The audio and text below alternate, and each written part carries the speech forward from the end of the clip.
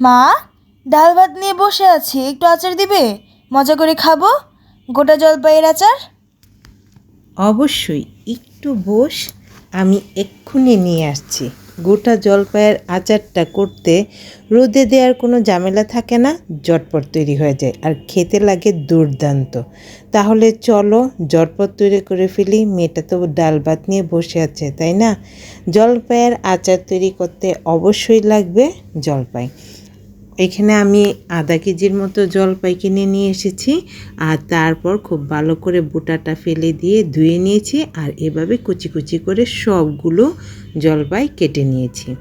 এভাবে কেটে নিতে হবে। আর তারপর চলে যাব সরাসরি চুলায়, বসিয়ে দিব। আগে থেকেই পানি গরম করতে বসিয়ে দিয়েছিলাম। এখানে দিয়ে দিলাম পরিমাণ মতো লবণ আর একটু হলুদ গুঁড়ো। এবার জলপাইগুলো দিয়ে দিব, দিয়ে তারপর এই জলপাইগুলোকে জাস্ট ভাপিয়ে নিব, খুব বেশি সিদ্ধ করে ফেলো না।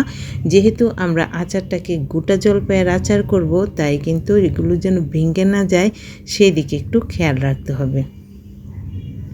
তো দেখতে পাচ্ছ আমি জলপাইগুলো দিয়ে তারপর একটু ভাপিয়ে নিয়েছি। এরকমভাবে একটু শুধু ভাপিয়ে নিবে, ঢাকনা দিয়ে ঢাকারও কোনো দরকার হবে না, জাস্ট কিছুক্ষণ ভাপিয়ে নিবে। আর জলপাইগুলো ভাপিয়ে নেওয়া হয়ে গেলে এবার দেখো খুব সুন্দর করে পানিটা ঝরিয়ে নিব। আর পানিটা খুব ভালো করে ঝরিয়ে নিয়ে তারপর এখানে আমি অ্যাড করে দিব পরিমাণ মতো চিনি।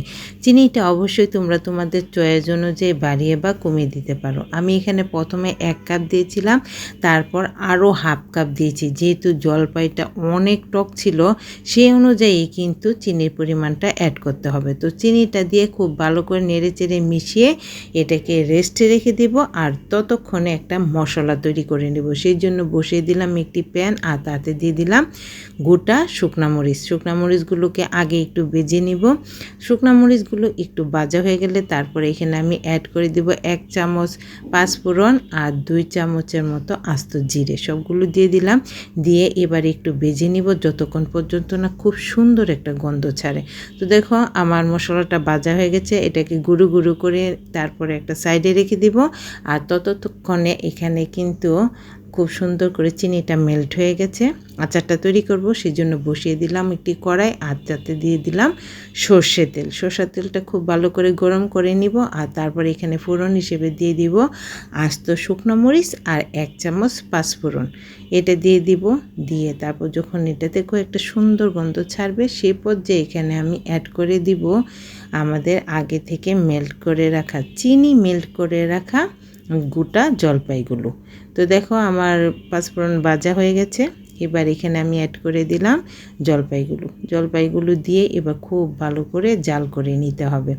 একটু নেড়ে চেড়ে নিব। আর তারপর এখানে আমি অ্যাড করে দিব কিছু মশলা।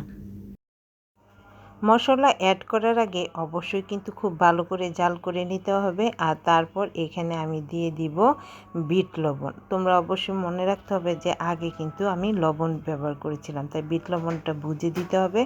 আর তারপর এখানে দিয়ে দিলাম যে মশলাটা আমরা তৈরি করেছিলাম সেখান থেকে 1 চামচ। মশলাটা দিয়ে খুব ভালো করে নেড়ে চেড়ে সব কিছু মিশিয়ে নিব। আর তারপর এটাকে ডেকে আমি 4-5 মিনিটের মতো রান্না করব। এতে করে কি হবে যে ভিতরে খুব ভালো করে জলপাইগুলোর ভিতরে খুব ভালো করে মশলা প্রবেশ করবে, আর জলপাইগুলো আর একটু সফট হয়ে যাবে। তো দেখো ঢাকনা দিয়ে ডেকে তারপর সিদ্ধ করে নিলাম। আর তারপর আবার একটু নেড়ে চেড়ে দিয়ে আবার একটু ডেকে আমি 4-5 মিনিটের মতো সিদ্ধ করে নিব। তো দেখো খুব ভালো করে কিন্তু আমার জলপাইগুলো সিদ্ধ হয়ে গেছে, আর আচারটাও অনেকটা চিটচিটে ভাব চলে এসেছে। এই পর্যায়ে এখানে আমি অ্যাড করে দেব ভিনেগার অ্যাড করলে অনেক দিন পর্যন্ত তোমরা এই আচারটা রেখে খেতে পারবে, আর তৈরি করার ঝামেলা তো নেই, তোমরা দেখেই বুঝতে পারছো। তো দেখো ভিনেগারটা দিয়ে আবারও খুব ভালো করে মিশিয়ে নিলাম, আর আবারও খুব ভালো করে জাল করে নিলাম। আচারটা যত চিটচিটে হবে ততই কিন্তু খেতেও ভালো লাগবে, আর অনেক দিন পর্যন্ত খুব ভালো থাকবে। তো দেখো লাস্ট পর্যায়ে আমি আরও 1 চামচ মশলাটা দিয়ে দিলাম। লাস্ট পর্যায়ে দিলে দেখবে খুব সুন্দর ফ্লেভার হবে, খেতে তো ভালো লাগবে। তো এই 1 চামচ দিয়ে আবারও সব কিছু নেড়ে চেড়ে মিশিয়ে নিলাম। আর এরকম চিটচিটে ভাব হলে তারপরে বুঝে নিবে যে আমাদের আচারটা খাওয়ার জন্য একদম প্রস্তুত। তো তৈরি হয়ে গেল খুবই সহজে জলপাইয়ের আচার। এবার এটাকে আমি সার্ভ করে দিব। যারা কখনো হাতাখুন্তি ধরেনি তারাও কিন্তু চোখ বুজে এই আচারটা খুব সহজে তৈরি করে নিতে পারবে। দেখতে পাচ্ছ কতটা লোভনীয় হচ্ছে, দেখতে যতটা লোভনীয় খেতে কিন্তু তার থেকে আরও বেশি। সবাই অনেক বেশি পছন্দ করেছিল এই আচারটা। তো তোমরাও ঘরে ঝটপট তৈরি করে নাও, তাহলেই কিন্তু শুনতে পারবে এরকম একটি সুন্দর মন্তব্য। আর সেটা হলো, মা সেই মজা। তো তোমাদের কাছে যদি ভালো লাগে বেশি বেশি করে শেয়ার করে দিও, আমার চ্যানেলটাকে সাবস্ক্রাইব এবং পেজটাকে ফলো করে দেওয়ার জন্য খুব বেশি অনুরোধ রইল। সবাই ভালো থেকো, টাটা।